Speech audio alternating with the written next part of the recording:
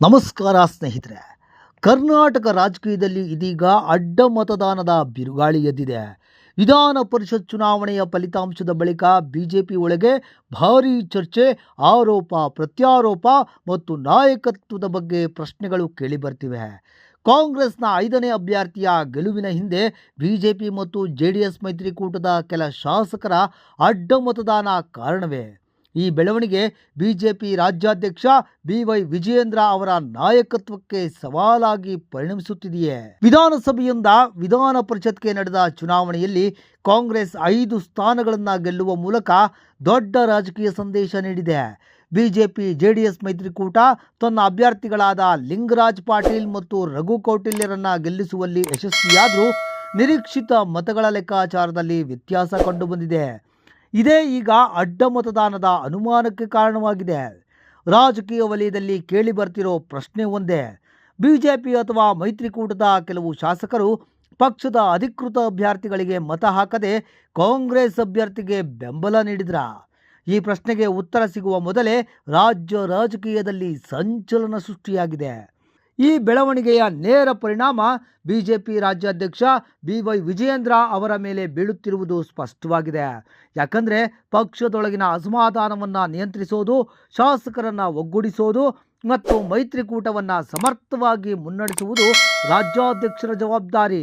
ಆದರೆ ಈಗ ಕೆಲ ಹಿರಿಯ ನಾಯಕರು ಮತ್ತು ರಾಜಕೀಯ ವಿಶ್ಲೇಷಕರು ಒಂದು ಪ್ರಶ್ನೆಯನ್ನು ಕೇಳ್ತಿದ್ದಾರೆ: ಪಕ್ಷದೊಳಗಿನ ಅಸಮಾಧಾನವನ್ನು ವಿಜಯೇಂದ್ರ ನಿಯಂತ್ರಿಸಲು ವಿಫಲರಾದರೆ ಮಾಜಿ ಮುಖ್ಯಮಂತ್ರಿ BS ಯಡಿಯೂರಪ್ಪ ಅವರ ಪುತ್ರ ಎಂಬ ಕಾರಣಕ್ಕೆ ವಿಜಯೇಂದ್ರಗೆ ಸಿಕ್ಕಿರುವ ರಾಜಕೀಯ ಅವಕಾಶವನ್ನು ಅವರು ಸಮರ್ಥವಾಗಿ ಬಳಸಿಕೊಂಡಿದ್ದಾರೆಯೇ ಅನ್ನೋ ಚರ್ಚೆಯೂ ಆರಂಭವಾಗಿದೆ.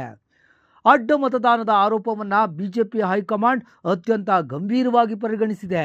ರಾಜ್ಯಾಧ್ಯಕ್ಷ ವಿಜಯೇಂದ್ರ, ವಿರೋಧ ಪಕ್ಷದ ನಾಯಕ ಆರ್ ಅಶೋಕ್ ಮತ್ತು ರಾಜ್ಯ ಉಸ್ತುವಾರಿ ರಾಧಾ ಮೋಹನ್ ದಾಸ್ ಅಗರ್ವಾಲ್ ಅವರನ್ನು ದೆಹಲಿಗೆ ಕರೆಯಲಾಗಿದೆ.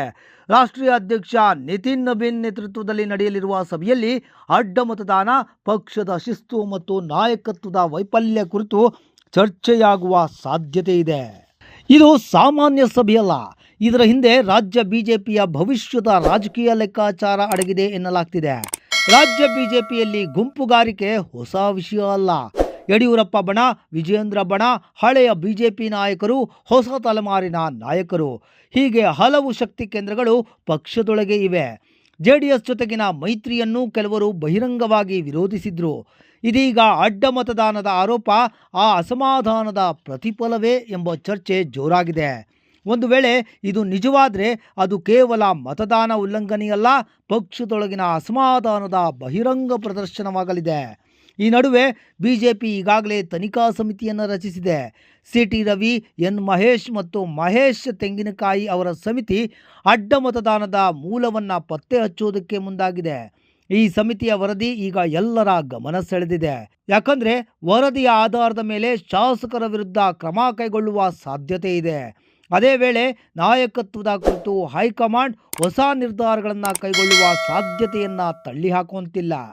ಆದರೆ ಇಲ್ಲಿ ಒಂದು ದೊಡ್ಡ ಪ್ರಶ್ನೆ ಉದ್ಭವಿಸುತ್ತೆ: ಒಂದು ರಾಜಕೀಯ ಪಕ್ಷ ತನ್ನದೇ ಶಾಸಕರ ಮೇಲೆ ಅನುಮಾನ ಪಡುವ ಪರಿಸ್ಥಿತಿ ಯಾಕೆ ನಿರ್ಮಾಣವಾಗುತ್ತೆ? ಪಕ್ಷದೊಳಗಿನ ಭಿನ್ನಾಭಿಪ್ರಾಯಗಳನ್ನು ಸಂವಾದದ ಮೂಲಕ ಬಗೆಹರಿಸಬೇಕೆ, ಅಥವಾ ಚುನಾವಣೆ ಬಳಿಕ ಅಡ್ಡ ಮತದಾನದ ಆರೋಪಗಳನ್ನು ಹೊತ್ತು ತಿರುಗಬೇಕೆ? ರಾಜಕೀಯ ಪಕ್ಷಗಳಲ್ಲಿ ಪ್ರಜಾಪ್ರಭುತ್ವದ ಮಾತುಗಳು ಕೇಳಿಸುತ್ತವೆ. ಆದರೆ ಶಾಸಕರ ಅಭಿಪ್ರಾಯಗಳಿಗೆ ಎಷ್ಟು ಬೆಲೆ ಸಿಗುತ್ತಿದೆ? ಅಸಮಾಧಾನವನ್ನು ಕೇಳುವ ವ್ಯವಸ್ಥೆ ಇದೆಯೇ? ಈ ಪ್ರಶ್ನೆಗಳು ಈಗ ಬಿಜೆಪಿ ಮಾತ್ರವಲ್ಲ, ಎಲ್ಲ ರಾಜಕೀಯ ಪಕ್ಷಗಳಿಗೂ ಅನ್ವಯಿಸುತ್ತವೆ. ಒಟ್ಟಾರೆ ವಿಧಾನ ಪರಿಷತ್ ಚುನಾವಣೆಯ ಅಡ್ಡ ಮತದಾನ ಆರೋಪ ಕರ್ನಾಟಕ ಬಿಜೆಪಿಗೆ ದೊಡ್ಡ ತಲೆನೋವಾಗಿ ಪರಿಣಮಿಸಿದೆ. ಈ ಬಿರುಗಾಳಿ ಕೇವಲ ಕೆಲ ಶಾಸಕರ ಮೇಲೆ ಕ್ರಮಕ್ಕೆ ಸೀಮಿತವಾಗುತ್ತದೆಯೇ, ಅಥವಾ ರಾಜ್ಯ ಬಿಜೆಪಿ ನಾಯಕತ್ವದಲ್ಲೇ ಮಹತ್ವದ ಬದಲಾವಣೆಗೆ ಕಾರಣವಾಗುತ್ತದೆಯೇ? ವಿಜಯೇಂದ್ರ ಅವರ ನಾಯಕತ್ವ ಮತ್ತಷ್ಟು ಬಲವಾಗುತ್ತದೆಯೇ, ಅಥವಾ ಅವರ ಕುರ್ಚಿಗೆ ಕಂಟಕವಾಗುತ್ತದೆಯೇ? ಮುಂದಿನ ಕೆಲ ದಿನಗಳ ಬೆಳವಣಿಗೆಗಳು ಈ ಪ್ರಶ್ನೆಗಳಿಗೆ ಉತ್ತರ ನೀಡಲಿವೆ. ನೋಡಿದ್ರಲ್ಲ ವೀಕ್ಷಕರೇ, ಈ ಮಾಹಿತಿ ನಿಮಗೆ ಇಷ್ಟವಾಗಿದ್ದಲ್ಲಿ ಲೈಕ್ ಮಾಡಿ, ಶೇರ್ ಮಾಡಿ, ನಮ್ಮ ಚಾನಲನ್ನು ಸಬ್ಸ್ಕ್ರೈಬ್ ಮಾಡಿ. ಧನ್ಯವಾದ.